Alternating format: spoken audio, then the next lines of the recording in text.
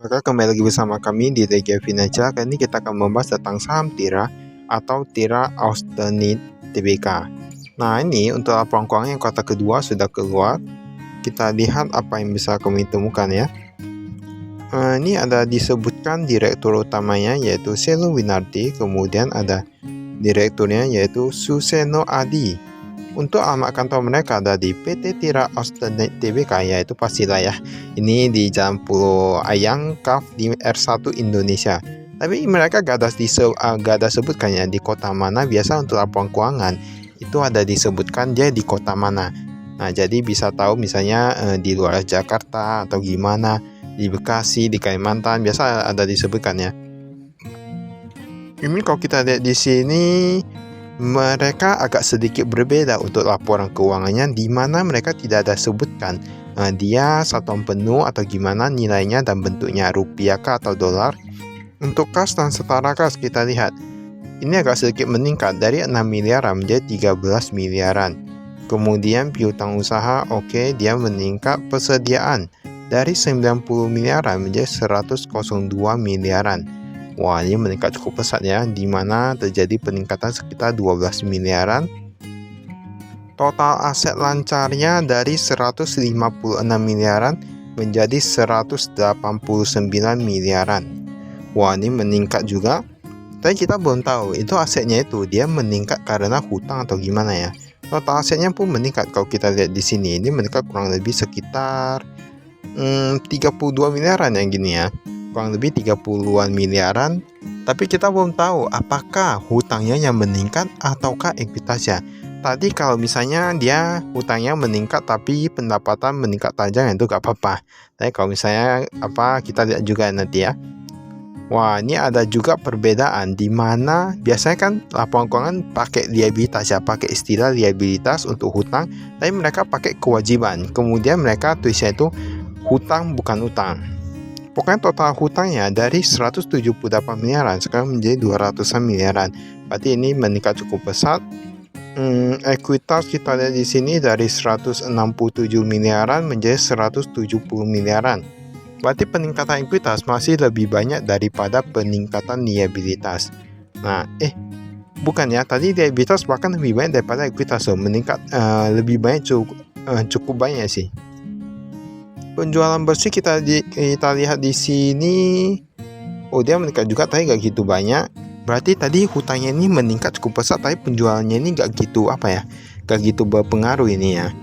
Ini laba usaha kita lihat dari 3 miliaran sekarang menjadi 2,8 miliaran. Penghasilan bunga mereka ada laba atas penjualan aset tetap 95 jutaan. Laba bersih dari 29 jutaan menjadi 995 jutaan. Tapi jika kita lihat dibandingkan dengan peningkatan liabilitas, berarti ini kan hampir sama aja ya. Hampir sama aja karena liabilitas atau hutangnya itu meningkat lebih banyak daripada apanya ya. Pembayaran kas kepada pemasok kita lihat dulu. Dia bahkan berkurang jika dibandingkan dengan yang kuartal sebelumnya tahun lalu. Jadi kita perlu lihat juga. Tapi ini gak bisa dilihat sih, karena mereka gak ada pisah. Mereka digabungkan antara pemasok, karyawan, dan aktivitas operasional lainnya bersih. Mereka gabung ya. Mereka gabung, jadi agak susah sih kalau kita mau katakan. Tapi kalau kita secara overall kita lihat, ini apakah liabilitasnya meningkat? Ini tampaknya dia memang meningkat. Persediaan dia gak gitu gak gitu beda jauh. Komisaris independen direktur. Ini manajemen kunci tadi dari Dewan Komisaris dan Direksi. Kita lihat ya, kalau yang ini kita skip dulu.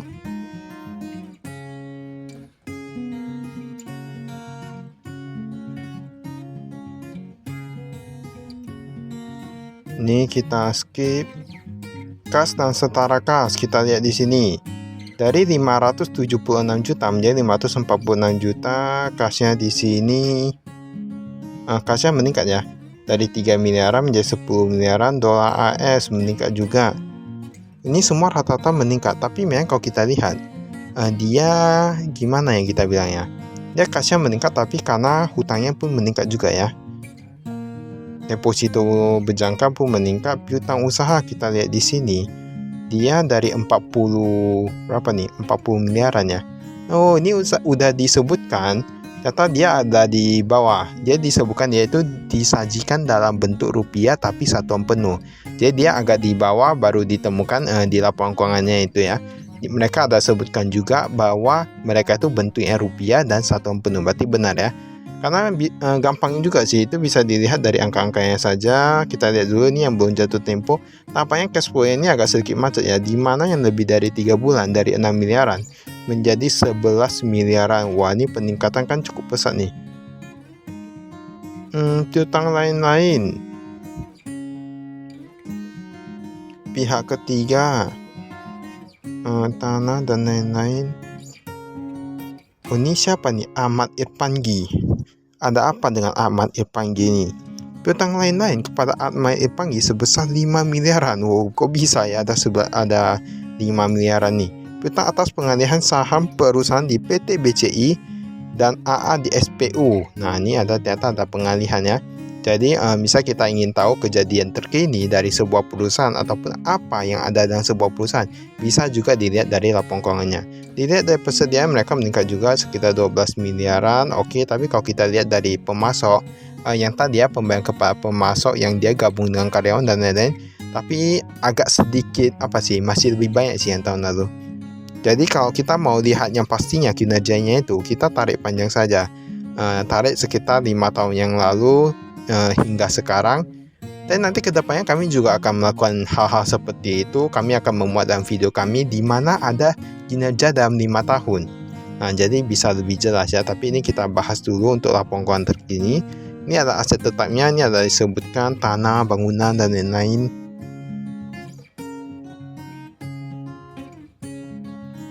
Ini ada aset tetap, aset hak guna, pinjaman bank jangka pendek. Wow, ini ada banyak sekali ini istilahnya ya. Ini fasilitas pinjaman dari Bank Mandiri. Kita lihat ada KMK Revolving, KMK Transaksional, Import General Facility, and SCF. Oh, ini ada fasilitas research line. Nah, jadi misalnya kalau kita ingin mempelajari sebuah laporan keuangan, kita bisa juga lihat dari sini ya. Ini ada disebutkan, dijelaskan juga fasilitas research line itu apa. Ini transaksi dengan tujuan penggunaan transaksi produk-produk treasury dengan tujuan lindung nilai ya. Jadi ini untuk tujuan lindung nilai. Memang untuk bank itu dia memiliki beberapa fasilitas fasilitas keuangan untuk perusahaan-perusahaan. Misalnya perusahaan mau beli ini tapi takut nilainya jatuh ataupun harganya jatuh ketika impor. Nah, mereka sudah sediakan fasilitas seperti itu ya. Ini ada fasilitas KMK Revolving rekening koran, panjang juga. Fasilitas untuk modal kerja perdagangan baja dan produk dari baja serta gas untuk keperluan industri.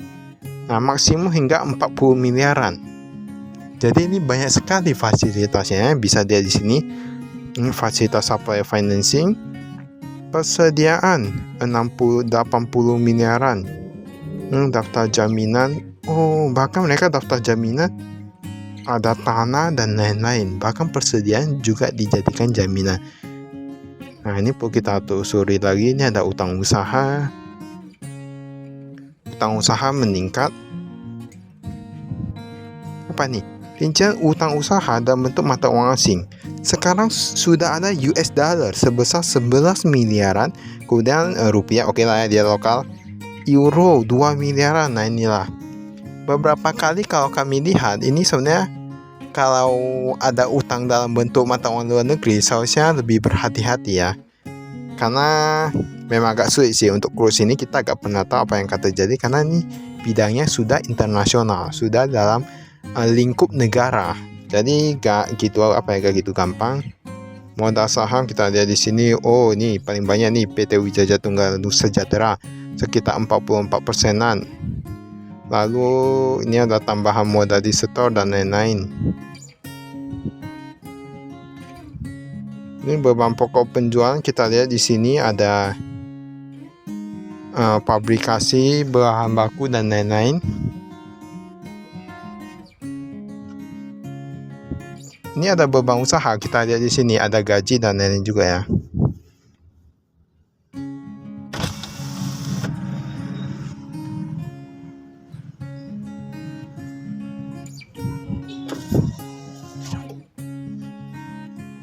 Informasi segmen.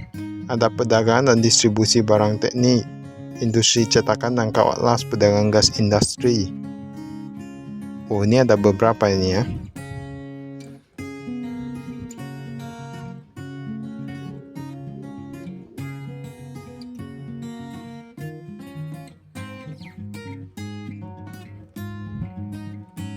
Nah, ini kita lihat nih, bisa kita lihat segmennya.